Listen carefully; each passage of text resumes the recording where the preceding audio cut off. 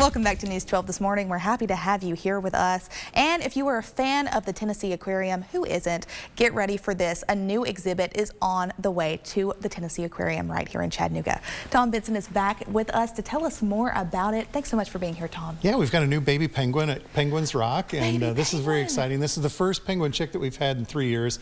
It's the first macaroni penguin chick that we've had in 5 years. Oh, my word. It's a really interesting third generation story because the mother was actually offspring of 2 birds that we had earlier, and now she's had her own, so we've got 3 generations on exhibit there, which is kind of cool because back when the doors first opened to the Tennessee Aquarium in 1992, there were folks that brought their children and are now coming with their grandchildren, so we have sort of those third generation stories that we hear about from guests, and now we've got a 3rd generation penguin. That is so special. And so tell me about, is there Macaroni Penguins that is going to be the part of the newest exhibit?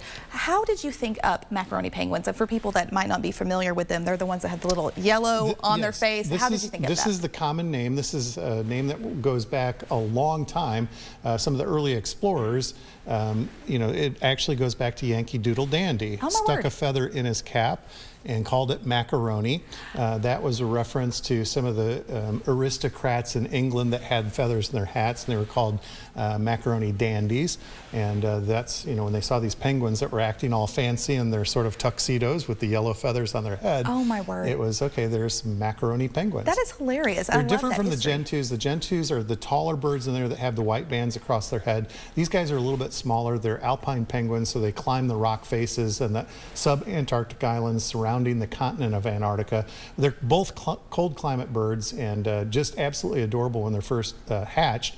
And Amelia, this bird has gone from 5 ounces, about the weight of an iPhone, to 3.5 pounds in just 3 weeks. So that would be equivalent to a human being born at 7 pounds and growing to 77 pounds in that same time span. But it really makes sense because in the sub-Antarctic, these birds have to grow quickly and mature so they can, you know, the summer season is very short and then winter sets in. So they've got to get going, get their waterproof feathers going, and so it'll be a little while before this bird takes its first swim, but it's almost as large as the parents right now. That is amazing, and I feel like these are one of the most popular exhibits probably at the aquarium. You guys have so many awesome animals at the aquarium, but the penguins, I feel like, are a crowd favorite. So tell me again, so we're celebrating Shark Week. You just released a new podcast, Podcast Aquatic, that it's also going to be talking about Shark Week if you haven't listened to it yet. Tell me about that. So 3 of our shark experts are in this podcast. This is a new venture for us, the Podcast Aquatic. First episode being released today on all of the platforms where you download your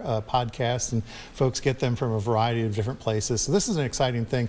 Every 2 weeks a new episode will be released, and this is season 1. That is awesome. So in addition to that, you also have some new things coming to the IMAX theater. Tell me about that. Twisters is a highly anticipated sequel to the very popular movie Twister, and we have a very special event coming up on next Wednesday evening at 8 p.m. July 17th, where we're going to have the 3 stars of the film.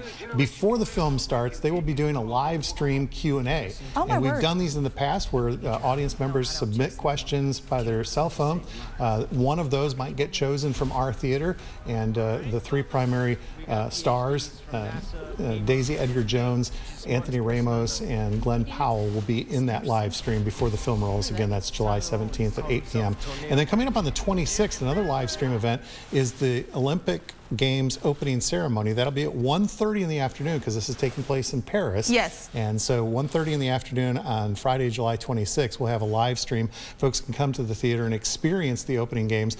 This is the first time that they've had an opening ceremony outside of a stadium. It's actually going to be on the Seine River, and there will be 94 boats with all of the athletes that will travel about 4 miles towards the Eiffel Tower. And I imagine that the pageantry in Paris with the Eiffel Tower, probably drone shows and fireworks and all kinds of things. Each boat is equipped with cameras, so you'll see the athletes up close. I think it's going to be one of the most spectacular opening ceremonies. And when we polled our guests to see if anybody would be interested in this, the folks who said they would be able to come at 1:30 on Friday the 26th said that they really wanted to have sort of a virtual experience with others in sort of a stadium setting. So you'll see it on that giant screen at the IMAX theater. That is amazing. Thank you so much for spending some time with us this morning, Thom, and telling us of just the list of events. You guys always have so much going on at the aquarium. For more information, where can they visit? Go to tnaqua.org, tnaqua.org. Perfect. Awesome. We'll be right back with more News 12 this morning coming up after this. Visit their website and our website at wdef.com.